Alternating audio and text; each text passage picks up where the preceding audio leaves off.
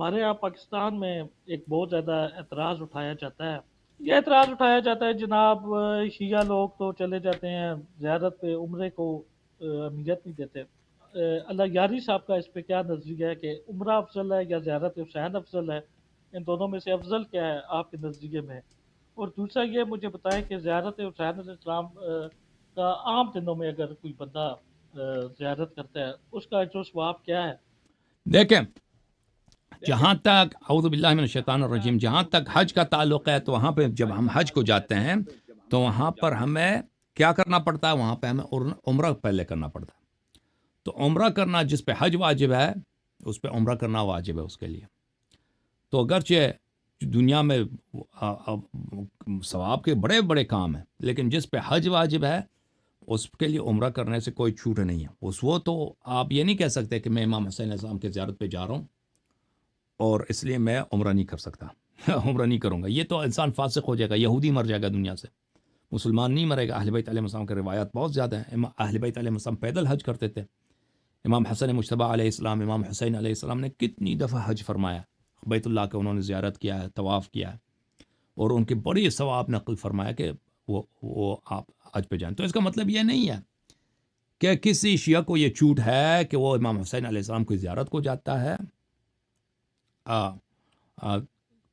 اس کو اس بات کا کی چھوٹ ہے کہ وہ پھر حج کو نہ جائے یا عمرہ نہ کرنا نہ جائے. اب اس میں سے کون سا افضل ہے میرے محترم ناظرین؟ میں آپ کی خدمت میں دیکھیں، تضاعف ثواب جو ہے کہ بعض اعمال کے ثواب کو اللہ تعالیٰ بڑھا دیتا ہے، وہ تو قرآن مجید میں موجود ہے. ملاحظہ فرمائیے، یہ کتاب ہے تفسیر التحریر والتنویر شیخ محمد طاہر ابن عاشور، کہ یہ جو ہے تونس میں، یہ مفتی اعظم تھے تونس کے، اور بہت ہی زبردست کتاب تفسیر انہوں نے لکھی ہے، بہترین تفسیر ہے. اس میں صفحہ نمبر 42 میں آپ کو لے کے چلتے ہیں. یہاں پہ آیہ مبارکہ دیکھیں، مثل الذین ينفقون اموالهم فی سبیل اللہ کمثل حبة انبتت 7 سنابل فی کل سنبلة 100 حبة واللہ یضاعف لمن یشاء واللہ واسع علیم. جو لوگ اللہ کے راستے میں اپنی مال خرچ کرتے ہیں ان کی مثال کس کی مثال ہے؟ جیسے ایک دانہ ہے. ایک دانہ آپ کشت کرتے ہیں، ایک ہی بیج سے، ایک ہی دانے سے 7 سنبلے نکلتے ہیں، 7 ہی خوشے نکلتے ہیں. ہر خوشے میں 100 کیا ہوتا ہے؟ 100 دانے ہوتے ہیں، 100 بیج ہوتے ہیں. یعنی ایک کا کیا ہوگا؟ ایک عمل کی اجر جو ہے 700 گنے بڑھ گئی، 700 گنے بڑھ گئی. واللہ یضاعف لمن یشاء. اس کے بعد اللہ نے فرمایا اس سے بھی زیادہ اللہ دے سکتا ہے، کہ ایک عمل کو 700 سے زیادہ اس کا، واللہ واسع علیم، 700 گنے سے زیادہ بھی عطا کرے تو اس میں کوئی حرج نہیں ہے. واللہ واسع علیم، اللہ بڑا واسع ہے، اللہ کے پاس کوئی کمی نہیں ہے، اللہ علیم ہے، جاننے والا ہے. اچھا، یہاں پر اس آیت کے ذیل میں فرماتے ہیں علی اقل الحسنات کمن ہم بحسنۃ فلم يعملها ولما كانت المضاعفة تنسب إلى أصل وحدة فأصل الوحدة هنا هي ما يثيب الله به على الحسنات الصغيرة، أي على ما يقع ثواب على أقل الحسنات، فإنه في حسنة الإنفاق في سبيل الله يكون 700 ضعف. یہاں پہ کہ اللہ تعالیٰ کہ جس کے عمل کو زیادہ بڑھا، کہ ایک عمل کو اللہ پسند آئے اس کی ثواب بہت ہی زیادہ بڑھا دے، اس میں کوئی منع نہیں ہے، اللہ تعالیٰ فرماتا ہے. اچھا، میں آپ کی خدمت میں عرض کروں کہ اور پھر وہ یہ کہتے ہیں کہ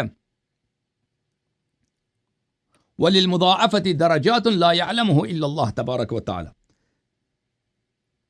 یہ دیکھو، واللہ یضاعف لمن یشاء، اس کی تفسیر میں فرماتے ہیں اللہ جس کا ثواب اس سے بھی 700 گنے سے بھی زیادہ کر دے.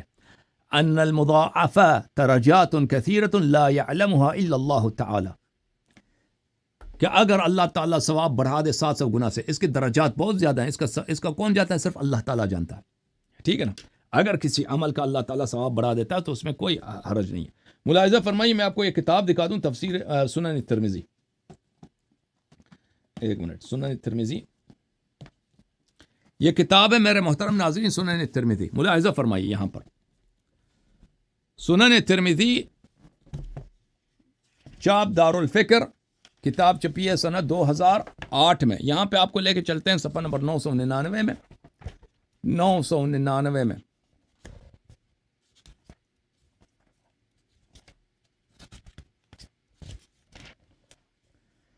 باب حدیث نمبر 3842 ملاحظہ فرمائیے. من صبح للہ مئة بالغداة ومئة بالعشیہ كمن حج 100 حجہ. جو شخص دن میں صبح 100 مرتبہ سبحان اللہ کہہ دے اور رات کو 100 مرتبہ سبحان اللہ کہہ دے, اس کی ثواب ایسی ہے جیسے اس نے 100 مرتبہ حج بجالا ہے. 100 مرتبہ حج بجالا ہے. اچھا, اس کے علاوہ بھی بہت سارے ثواب نقل کرتا ہے. ٹھیک ہے نا. یا آپ کے اپنے کتب میں ایک اور دکھا دوں آپ کے خدمت میں, حدیث دکھا دوں کتاب تفسیر فخر رازی سے. یہ کتاب ہے, کتاب تفسیر فخر رازی, مفاتیح الغیب, جلد نمبر 2. کتاب چھپی ہے دارالفکر میں سنہ 1426 میں. یہاں میں آپ کو لے کے چلتا ہوں اس کتاب میں. یہاں پہ ملاحظہ فرمائیے صفحہ نمبر 767, صفحہ نمبر 6 بھی بنتا ہے اس جلد میں. پوری کتاب میں صفحہ نمبر 767 بنتا ہے. کہتے ہیں رسول پاک صلی اللہ علیہ وآلہ وسلم سے روایت ہے انما الاعمال بالنیات. پھر روایت نقل کرتے ہیں بلے من قعد فی المسجد فقد زار اللہ وحق المزور علی اللہ اکرام زائر. کہتے ہیں نبی صلی اللہ علیہ وآلہ وسلم نے فرمایا کہ جو مسجد میں بیٹھا ہے اس نے جیسے ایسا ہے کہ اس نے اللہ کی زیارت کیا.